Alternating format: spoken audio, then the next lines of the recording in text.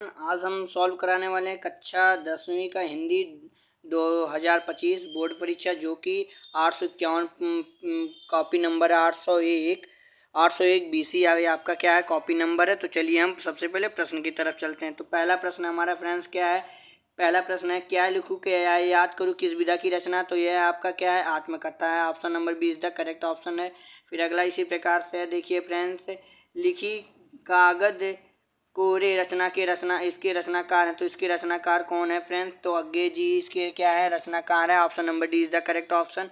फिर अगला फ्रेंड्स है क्या रामचंद्र शुक्ल की रचना। तो रामचंद्र शुक्ल की रचना क्या है त्रिवेणी है। Option number A is the correct option हो जाएगा।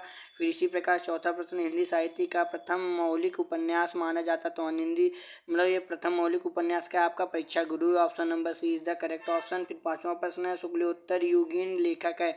तो इसमें से doctor Hazari Prasad Dwivedi ji is the correct option, मतलब डी वाला ऑप्शन आपका क्या हो जाएगा करेक्ट ऑप्शन हो जाएगा। फिर अगला है फ्रेंड्स, अगला हमारा क्या है रीतिबद्ध काव्य धारा के कवि हैं। तो रीतिबद्ध काव्य धारा के कवि कौन है, मतीराम है। Option number C is the correct option. फिर अगला है रीतकालीन कवियों के काव्य भाषा के रूप में प्रतिष्ठित किया है। तो किस भाषा को प्रतिष्ठित किया है, ब्रज भाषा को। Option number B is the correct option. Option number B is the correct option. फिर अगला फ्रेंड्स आठवां प्रश्न है हमारा छायावाद युगीन कवि हैं। तो इसमें से कौन है, डी वाला option is the correct option, Mahadevi Verma ji हैं। फिर लग रहा है कनुक प्रिया के रचयिता। तो कनुक प्रिया के रचयिता कौन है फ्रेंड्स, कनुक प्रिया के रचयिता कौन है। नौवां प्रश्न है हमारा कनुक प्रिया के रचयिता कौन है। तो option number D is the correct option, Dharmveer Bharati ji हैं।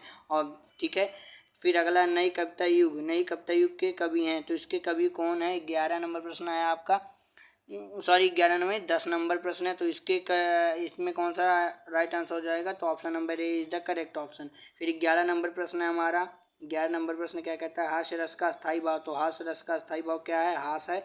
Option number A is the correct option. फिर अगला है देखिए 12 नंबर प्रश्न में इसमें आपका क्या कौन सा ऑप्शन राइट ऑप्शन हो जाएगा, उत्प्रेक्षा अलंकार इसमें प्रयुक्त हुआ है। ठीक है, फिर अगला 13 नंबर, षोडशा छंद के द्वितीय चरण में कितने मात्राएं होती है। तो 13 मात्राएं होती हैं।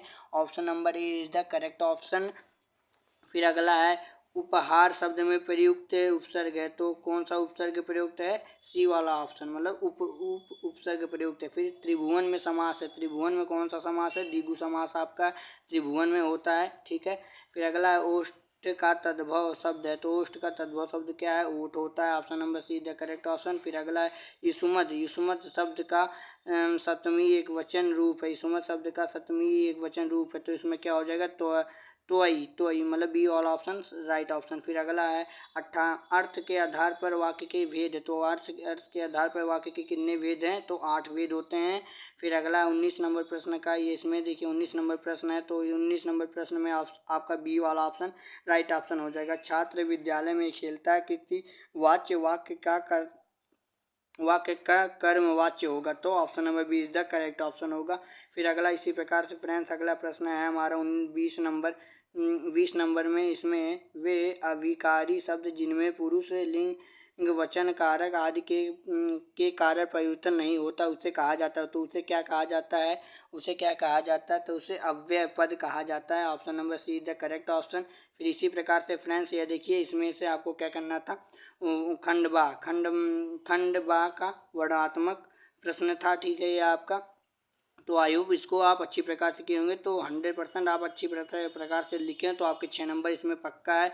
फिर ये देखिए पद्यांश वाले में भी, तो ये भी आपने आई होप अच्छी प्रकार से किया होगा। तो फ्रेंड्स अब देखिए अगला, ये देखिए यहाँ सर तीसरा नंबर प्रश्न है। इसमें क्या कहा है, इसमें हमको क्या करना है, गद्यांश का संदर्भ सहित हिंदी में अनुवाद किया होगा। तो ये नागरिक वाले है से लिया गया। तो आई होप इन दोनों में से आपने किसी ना किसी को अच्छी प्रकार से किए होंगे। ठीक है, फिर इसमें से देखिए आप इसका भी तो बहुत ही आसान अर्थ था और इसका भी बहुत ही आसान अर्थ है। ठीक है, तो आई होप फ्रेंड्स इसको भी आप अच्छी प्रकार से किए होंगे।